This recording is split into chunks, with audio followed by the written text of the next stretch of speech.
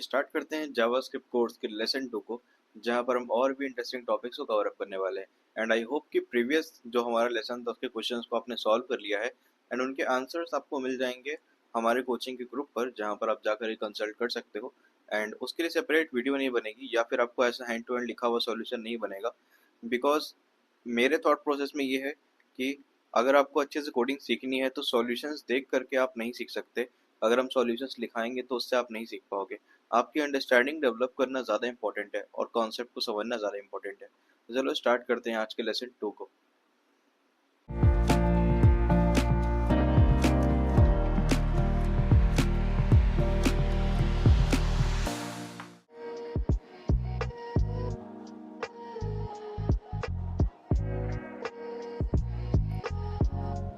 आगे बढ़ने से पहले जावास्क्रिप्ट के बारे में कुछ चीज़ें हैं जो कि आपको पता होनी चाहिए, तो उनके बारे में डिस्कस करते हैं। ठीक है, तो लास्ट टाइम हमने डेटा टाइप के बारे में पढ़ लिया था। तो हम यहाँ पे वेरिएबल्स बनाते हैं। ठीक है, हम एक बनाते हैं यहाँ पे लेट ए, एक ए नाम का वेरिएबल बनाते हैं एंड एक बनाते हैं बी। ठीक है, हमने दो यहाँ पर वेरिएबल्स बना लिए। तो आप फटाफट से बताओ दोनों के डेटा टाइप्स क्या है। आपका जो ए है वो भी एक नंबर है और जो बी है वो भी एक नंबर है। तो अगर आप यहाँ पे दोनों को कंसोल के अंदर में प्रिंट करते हो, यानी कि ए प्लस बी करते हो दोनों को प्लस करके, तो आंसर में क्या आएगा, दोनों नंबर्स ऐड होकर के आ जाएंगे। ठीक है, दोनों का एडिशन हो जाएगा। तो यहाँ पर क्या हो रहा है, जावास्क्रिप्ट सिंपली मैथ कर रहा है, यानी कि दोनों को प्लस कर दे रहा है। ठीक है, एंड अगर हम माइनस करें तो सेम चीज यहाँ पर माइनस भी हो सकती है। उप्स, एक सेकेंड। अब ठीक है, तो सेम चीज यहाँ पर माइनस भी हो सकती है। हम चाहे तो यहाँ पर मल्टीप्लाई भी यूज कर सकते हैं, डिवाइड भी यूज कर सकते हैं, या फिर हम यहाँ पे मॉड्यूलस का भी यूज कर सकते हैं। तो ये सारे काम परफॉर्म हो जाते हैं।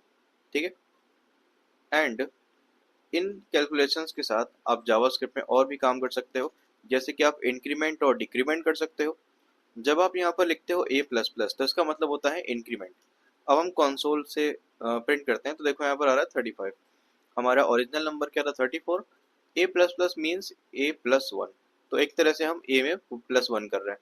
बट क्या हो अगर आपको ए में कुछ और प्लस करना हो, मान लो कि आपको करना हो ए में 20 प्लस करना हो। ठीक है, अगर आपको ए में 20 या 30 प्लस करना हो, ठीक है, तो आप वो चीज़ यहाँ पर कैसे करो। तो देखो यहाँ पर हमने ए प्लस 30 लिखा है, बट वो चीज़ यहाँ पर अपडेट नहीं हो रही है। तो अगर आपको किसी वेरिएबल में कुछ यहाँ पर ऐड करना है तो आप कैसे करोगे। तो यहाँ पर हम क्या करते हैं, a equal to a equal to a plus 40। And अब अगर हम कंसोल लॉग करेंगे तो यहाँ पर आप देखो ये वर्क कर रहा है। यहाँ पर हम अपने ए की जो वैल्यू है उसको रीअसाइन कर रहे हैं या फिर कह सकते हो अपडेट कर रहे हैं। ठीक है, तो इनिशियल वैल्यू ए की क्या थी 34 एंड बाद में हमने इसमें 40 प्लस करा। ठीक है, तो इस तरीके से आप इसकी वैल्यू में कुछ भी प्लस कर सकते हो, माइनस कर सकते हो, मल्टीप्लाई कर सकते हो एंड एज यूजल सारी चीज़ें कर सकते हो। ठीक है, बट अगर आपको और शॉर्टकट चाहिए तो यहाँ पर आप प्लस इक्वल टू ऑपरेटर का भी यूज़ कर सकते हो एंड इक्वल करोगे तो फिर ये सेम चीज़ आपकी हो जाएगी। ठीक है, तो ये शॉर्टकट तरीका है एंड दोनों तरीकों से सेम ही काम होता है। आप चाहो तो यहाँ पर माइनस इक्वल टू का भी यूज़ कर सकते हो, मल्टीप्लाई इक्वल टू का भी यूज़ कर सकते हो एंड डिवीजन इक्वल्स टू का भी यूज़ कर सकते हो। तो ये कुछ इंपॉर्टेंट ऑपरेटर्स हैं जिनके बारे में आपको जावास्क्रिप्ट में पता होना इंपॉर्टेंट है। ठीक है, एंड ऑपरेटर्स कई तरह के होते हैं, जैसे कि हमारा अरिथमेटिक ऑपरेटर्स होता है जिनके बारे में अभी हमने डिस्कस करा, जैसे कि plus minus divide multiply plus equal to minus equal to. इस तरह के ऑपरेटर्स आपके अरिथमेटिक ऑपरेटर्स में आ जाते हैं जो कि सिंपली मैथ करने में हमें हेल्प करते हैं। बट कुछ ऑपरेटर्स होते हैं कंपैरिजन ऑपरेटर्स। अब इन कंपैरिजन ऑपरेटर्स का क्या मतलब होता है। कंपैरिजन ऑपरेटर्स दो वैल्यूज को या उससे ज्यादा वैल्यूज को आपस में कंपेयर करने के लिए यूज करे जाते हैं। जैसे कि यहाँ पर हम लिखते हैं a ग्रेटर देन b, तो यहाँ पर आउटपुट आता है फॉल्स। ऐसा क्यों आ रहा है, क्योंकि यहाँ पर जो a है वो यहाँ से b से बड़ा नहीं है। तो ये जो कंडीशन किया हमने, ये जो कंपैरिजन किया, जावास्क्रिप्ट बोल रहा है कि ये फॉल्स है, भाई ये गलत है, a b से बड़ा नहीं है। बट अगर यहाँ पर हम लगाते हैं स्मॉलर देन, तो ये कंपैरिजन हो जाता है ट्रू। तो ये होते हैं हमारे कंपैरिजन ऑपरेटर्स। सेम तरीके से आप स्मॉलर देन इक्वल टू भी लगा सकते हो या फिर आप ग्रेटर देन इक्वल टू भी लगा सकते हो। ठीक है, इस तरीके से। And greater than equal to का क्या मतलब है कि जो a है वो b से बड़ा और इक्वल होना चाहिए। ठीक है, या तो बड़ा होना चाहिए या तो इक्वल होना चाहिए। तो देखो हम यहाँ पे लिखते हैं 400, तो a क्या है, b से बड़ा है, तो यहाँ पे आंसर ट्रू आ रहा है। एंड अगर हम लोग सेम वैल्यूज को लिखते हैं तो भी यहाँ पर ट्रू आएगा। बट अगर आप इक्वल हटा दो तो ए क्या बोलता है, तो ये कहता है कि भाई ए तो बी से बड़ा ही होना चाहिए, इक्वल होगा तो नहीं होगा। तो अगर हम इसको 361 कर दें तो आंसर आ जाएगा ट्रू। ठीक है, तो बेसिकली ये होते हैं हमारे कंपैरिजन ऑपरेटर और अरिथमेटिक ऑपरेटर्स। कुछ और ऑपरेटर्स भी होते हैं जैसे कि आपके लॉजिकल ऑपरेटर्स, जिसमें कि हम एंड साइन का यूज करते हैं एंड आपके और साइन का यूज करते हैं। ठीक है, बट इनके बारे में हम लेटर जब कंडीशनल स्टेटमेंट पढ़ेंगे तो वहां पर डिस्कस कर लेंगे। ठीक है, अब बात करते हैं सबसे इंपॉर्टेंट ऑपरेटर्स के बारे में जिनके बारे में आपको पता होना चाहिए। पहला है हमारा यहाँ पर असाइनमेंट ऑपरेटर, जो कि जिसको भी आप लोग मैथ्स में इक्वल भी कहते हो। असाइनमेंट ऑपरेटर के बाद हमारे पास होता है यहाँ पे equality operator, and equality operator के बाद होता है यहाँ पे स्ट्रिक्ट इक्वालिटी ऑपरेटर। यहाँ पे तीन ऑपरेटर्स हमारे पास होते हैं। सबसे पहला यहाँ पर होता है असाइनमेंट ऑपरेटर, जिसका कि यूज करते हैं हम किसी भी वेरिएबल में वैल्यू असाइन करने के लिए। जैसे कि यहाँ पर हमने ऊपर इस लाइन में लिखा है a इक्वल टू 346, तो हम एक्चुअल में यहाँ कर क्या रहे हैं, हमने एक a नाम का वेरिएबल बनाया जिसमें कि हम एक वैल्यू को रख रहे हैं। तो इक्वल का यूज होता है वैल्यू को रखने के लिए, या कह सकते हो असाइन करने के लिए। एंड यहाँ पर आप चाहो तो इसका यूज करके वैल्यू दूसरी भी असाइन कर सकते हो। ठीक है, एंड हम आपको यहाँ पर कंसोल में प्रिंट करके दिखाते हैं। अब देखो यहाँ पे आंसर आ रहा है 500, क्योंकि हमने इसकी वैल्यू चेंज कर दी। ठीक है, हाँ, बट आप ऐसा कांस्टेंट के साथ नहीं कर सकते। अगर हम यहाँ पे कॉन्स्ट कर दें तो अब आप यहाँ पर नहीं कर सकते, क्योंकि आपका जो ए है वो एक कांस्टेंट बन गया। तो कांस्टेंट से एक तरह से आपकी वैल्यू लॉक हो जाती है। तो इस बात का आपको ध्यान रखना है। तो ये होता है असाइनमेंट ऑपरेटर। सेकंड जो आपका होता है डबल इक्वल, जिसको हम लोग कहते हैं इक्वालिटी ऑपरेटर। ये चेक करता है इक्वालिटी दो चीज़ों की। ठीक है, तो जैसे हम यहाँ पे दो वेरिएबल्स लिखते हैं ए और बी, अब इसकी हम इक्वालिटी चेक कर रहे हैं। तो जो हमारा इक्वालिटी ऑपरेटर होता है वो सिर्फ और सिर्फ इक्वालिटी चेकआउट करता है। जैसे हमने यहाँ पे लिखा 5, हम ऊपर पे लिख देते हैं 5। तो अभी तो देखो आंसर आ रहा है हमारा ट्रू, क्योंकि दोनों इक्वल है। बट अगर हम यहाँ पर स्ट्रिंग कर दें तो अभी भी आंसर ट्रू ही आएगा, क्योंकि जो इक्वालिटी ऑपरेटर होता है ये केवल चेक करता है कि हमारी वैल्यू इक्वल है कि नहीं। ये मैटर नहीं करता यहाँ पर कि हमारे नंबर्स कैसे, सॉरी, कि हमारा टाइप कैसा है। बिकॉज हमारा जो ऊपर वाला 5 है ये एक स्ट्रिंग है और नीचे वाला 5 जो है ये एक नंबर है। बट जावास्क्रिप्ट के अंदर ये मैटर नहीं करता है जब हम नॉर्मल अपना इक्वालिटी ऑपरेटर चूज करते हैं, क्योंकि ये सिर्फ इक्वल वैल्यू चेक करता है। बट अगर आप यहाँ पे ट्रिपल इक्वल का यूज करते हो तो ट्रिपल इक्वल क्यों होता है, ये होता है स्ट्रिक्ट इक्वालिटी ऑपरेटर, जो कि डेटा टाइप भी चेक करता है और डेटा की वैल्यू भी चेक करता है। ठीक है, एंड अब अगर हम कंट्रोल एस करेंगे तो यहाँ पर देखो फॉल्स आ रहा है।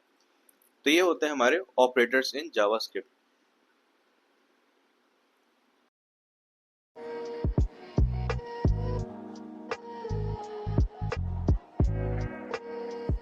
अब इन चीज़ों को हम इरेज करते हैं एंड बढ़ते हैं कंडीशनल स्टेटमेंट की तरफ, जहां पर हम जानेंगे इफ स्टेटमेंट्स के बारे में। अब देखो ये होता है हमारा इफ स्टेटमेंट का सिंटेक्स। अब आप पूछोगे सिंटेक्स क्या होता है। जैसे कि आप इंग्लिश लिखते हो तो उसमें रूल्स होते हैं, आपको कहाँ पर फुल स्टॉप लगाना है, कहाँ पर कॉमा लगाना है, कहाँ पर क्वेश्चन मार्क लगाना है। वैसे ही जब हम प्रोग्रामिंग करते हैं और चीज़ें लिखते हैं तो यहाँ पर आपका रूल होता है सिंटेक्स का, जहाँ पर कौन सा वर्ड कहाँ पर होना चाहिए, कौन से ब्रैकेट्स कहाँ होनी चाहिए, आपको कौन सी वैल्यू कहाँ पर लिखनी है, उनके बारे में हम डिस्कस करते हैं। बेसिकली ये सिंटेक्स बहुत ही चीज़ है। जैसे कि यहाँ पर इफ कंडीशन, सबसे पहले यहाँ पर आपको इफ लिखना पड़ता है जिसके एक कीवर्ड है, एंड देन यहाँ पर ब्रैकेट्स के अंदर में हम अपनी कंडीशन लिखते हैं, और फिर यहाँ पर एक एल्स का ब्लॉक होता है। तो एक्चुअली में ये इफ करता क्या है, कोई भी कंडीशन के अकॉर्डिंग, कोई भी शर्त के अकॉर्डिंग ये अलग अलग तरह के कोड को रन करता है। फॉर एग्जाम्पल हम यहाँ पर एक वेरिएबल बनाते हैं लेट एज इक्वल टू 18। ठीक है, अब हम यहाँ पर एक कंडीशन लगाते हैं यूजिंग कंपैरिजन ऑपरेटर्स, और हमारी कंडीशन क्या है कि जो एज है वो 18 से ऊपर होनी चाहिए। तो अगर एज 18 से ऊपर है तो आप क्या प्रिंट कराना चाहते हो, तो आपका जो कोड है वो आपको यहाँ पर लिखना होगा। अगर आपकी ये जो कंडीशन है ये ट्रू हो जाती है तो जो कोड आपने यहाँ पर लिखा है ये रन हो जाएगा। अदरवाइज जो कोड आपने एल्स में लिखा है वो कोड आपका एग्जीक्यूट हो जाएगा। तो यहाँ पर हम एक कंडीशन लिख दिया हमने। अब हम यहाँ पर कंसोल करते हैं एंड यहाँ पर लिखते हैं यस ही कैन अप्लाई। ठीक है, और नीचे जो हमारा एल्स है इसके अंदर में हम न्यू स्टेटमेंट लिखते हैं। यहाँ पे लिखते हैं no he can not apply, and control S करते हैं। तो अब आप यहाँ पे देखो आंसर में क्या आ रहा है, no he can not apply, because हमने कंडीशन क्या रखी है, ग्रेटर देन 18, यानी कि 18 से ऊपर होना चाहिए। बट अगर हम इस कंडीशन को चेंज करें एंड यहाँ पे ग्रेटर देन इक्वल टू कर ले, अब कंट्रोल एस करें तो आ जाएगा yes we can apply. Because जब ये कंडीशन ट्रू होती है तो यहाँ पर जो स्टेटमेंट लिखी है वो रन होती है, एंड जब ये कंडीशन फॉल्स होती है तो जो स्टेटमेंट एल्स के अंदर लिखी है वो रन होती है। ठीक है, तो इसको ऐसे समझ लो कि बेसिकली हम जावास्क्रिप्ट से बोल रहे हैं कि भाई जावास्क्रिप्ट देखो, अगर एज 18 की ऊपर है तो जो यहाँ लिखा है इसको एग्जीक्यूट कर दो, और अगर ऐसा नहीं है तो जो हमने एल्स में लिखा है इसको एग्जीक्यूट कर दो। ठीक है, और आपको और सिंपली समझना है तो आप यहाँ पे ट्रू और फॉल्स लिख कर भी देख सकते हो। अगर हम यहाँ पे ट्रू लिखते हैं तो देखो ये वाली स्टेटमेंट रन हो रही है, एंड अगर यहाँ पर फॉल्स आता है आपका तो आपकी नीचे वाली स्टेटमेंट रन होती है। ठीक है, यहाँ पे कंट्रोल एस करते हैं, ये देखो। ठीक है, तो ये होता है आपका बेसिक इफ एल्स जावास्क्रिप्ट के अंदर में।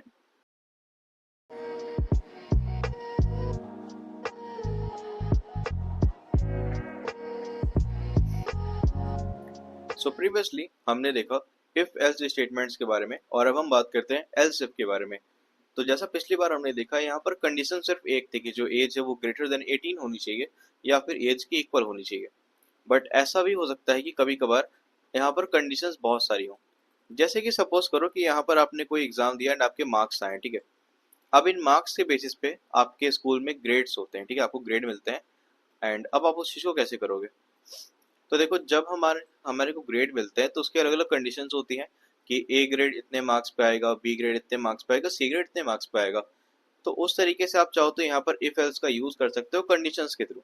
तो जैसे कि हम यहाँ पे कंडीशन बनाते हैं कि अगर जो मार्क्स है, ठीक है, आपका जो मार्क्स है ये 90 के ऊपर आया है तो हम आपको कौन सा ग्रेड देंगे? हम आपको देंगे ए ग्रेड। ठीक है, अब जैसा कि पिछली बार हम एल्स यूज करते थे, एल्स तब यूज होता है जब हमने कोई कंडीशन नहीं देनी है, जो लास्ट चीज है। ठीक है, तो एक तरह से तो जो हमारा लास्ट ऑप्शन होता है वो आता है एल्स इफ में, सॉरी एल्स में। ठीक है, एंड यहाँ पे एल्स इफ लगाते हैं। एल्स इफ के अंदर हम यहाँ पर अपनी दूसरी कंडीशन लिख सकते हैं। ठीक है, राइट क्लिक करके इसको थोड़ा सा अरेंज करते हैं एंड इस तरीके से। अब यहाँ पर अपनी कंडीशन लिखते हैं मार्क्स ग्रेटर देन 70, यानी कि अगर आपके मार्क्स 70 के ऊपर है, या फिर मान लो इसको 80 कर देते हैं। ठीक है, 80 कहाँ गया? ये रहा 80। तो अगर आपके मार्क्स 80 के ऊपर है तो हम आपको ग्रेड देते हैं बी। ठीक है, एंड नेक्स्ट चीज हम फिर से लगाते हैं एल्स इफ, और इस बार हमारी कंडीशन होगी सी ग्रेड के लिए। हम अपनी कंडीशन देते हैं कि अगर आपके जो मार्क्स हैं वो ग्रेटर देन है 70 तो आपको मिलेगा यहाँ पर सी ग्रेड, यहाँ पर C grade. And at last एक और एल्स इफ लगाते हैं, या फिर मान लो हम एल्स लगा देते हैं, और अगर इसके अलावा कुछ भी होगा तो हम आपको दे देते हैं डी ग्रेड। ठीक है, एंड कंट्रोल एस करते हैं। तो अभी आप देखो आंसर में क्या आ रहा है? डी, क्योंकि इनमें से कोई भी कंडीशन नहीं है जो कि ट्रू हो पा रही हो। ठीक है, तो सबसे पहले अब हम ये समझते हैं कि ये कोड काम कैसे करता है। ठीक है, कोई भी कोड समझने के लिए आपको उसको लाइन बाय लाइन रीड करना चाहिए, और एक एक चीज को अंडरस्टैंड करो कि जो लिखा है आखिर क्यों लिखा है। ठीक है, सबसे पहले हमारा कोड स्टार्ट होता है यहाँ मार्क्स से, जहाँ पर हमने एक मार्क्स नाम का वेरिएबल बनाया और इसकी वैल्यू हमने रख दी 18। अब यहाँ पर इफ स्टेटमेंट्स रन होती है, जहाँ पर हम चेक करते हैं कि जो हमारे मार्क्स हैं वो 90 के अबव है कि नहीं। अगर मार्क्स 90 के अबव होते तो यहाँ पर ए प्रिंट होता, बट ऐसा नहीं था। तो हम यहाँ पर बढ़ गए एल्स इफ की तरफ, और अगली स्टेटमेंट को हमने पढ़ा, अगली जो कंडीशन है उसको पढ़ा। अगली कंडीशन है कि मार्क्स 80 के ऊपर होने चाहिए, बट ये भी ट्रू नहीं है, ये फॉल्स है। तो ये वाली स्टेटमेंट रन नहीं हुई, और हमने अगली कंडीशन चेक करी 70 की, ये भी ट्रू नहीं हुई, तो हमने इसको प्रिंट नहीं करा। और हमने लास्ट कंडीशन को चेक करी जो कि एल्स की है, तो यहाँ पे कुछ भी कंडीशन नहीं लिखी है, तो यहाँ पर डायरेक्टली प्रिंट हो गया डी। अगर हम इस मार्क्स को चेंज करके 80 कर देते हैं एंड सेव करते हैं, तो अब यहाँ पर आ रहा है ग्रेड सी। अब देखो इसमें एक इंपॉर्टेंट चीज जिसको कि आप फिक्स कर सकते हो, आप यहाँ पे ग्रेटर देन के बजाय greater than equal to use करो तो ज्यादा बेटर होगा। एंड अब अगर हम कंट्रोल एस करते हैं तो ये हमारा फिक्स हो चुका है। ठीक है, तो ये रहा एल्स इफ का स्टेटमेंट, जहां पर इफ का यूज करके इफ एल्स का यूज करके आप एक ही स्टेटमेंट को लगा सकते हो, एक ही कंडीशन को लगा सकते हो। बट यहाँ पर आप एल्स इफ का यूज करके मल्टीपल स्टेटमेंट्स और मल्टीपल कंडीशंस को रख सकते हो। ठीक है,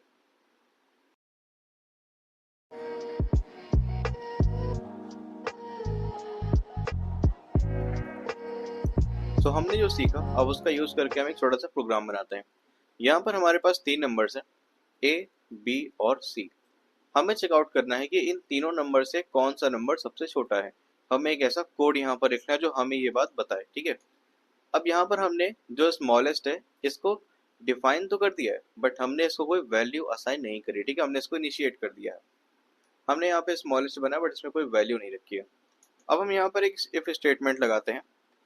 तो हम सबसे पहले क्या करेंगे, सबसे पहले चेक करेंगे कि जो ए है वो बी से बड़ा है या नहीं, यानी कि a greater than, sorry greater than या स्मॉलर देन। देखो, अगर आपको सबसे बड़ा नंबर चाहिए तो आप ग्रेटर देन लिख करके चेक करोगे, अगर आपको सबसे छोटा नंबर चाहिए तो आप स्मॉलर देन लिख करके चेक करोगे, ठीक है। तो हम यहाँ पे स्मॉलर देन चेक करते हैं एंड यहाँ पे कंसोल में प्रिंट करेंगे और यहाँ पर स्मॉलेस्ट, यहाँ पे स्मॉलेस्ट इक्वल टू ए, ठीक है। एंड अब देखो यहाँ पर हम एक यूज करने वाले हैं टेम्पलेट स्ट्रिंग का। टेम्पलेट स्ट्रिंग का यूज करके आप यहाँ पर एक प्लेस होल्डर बना सकते हो।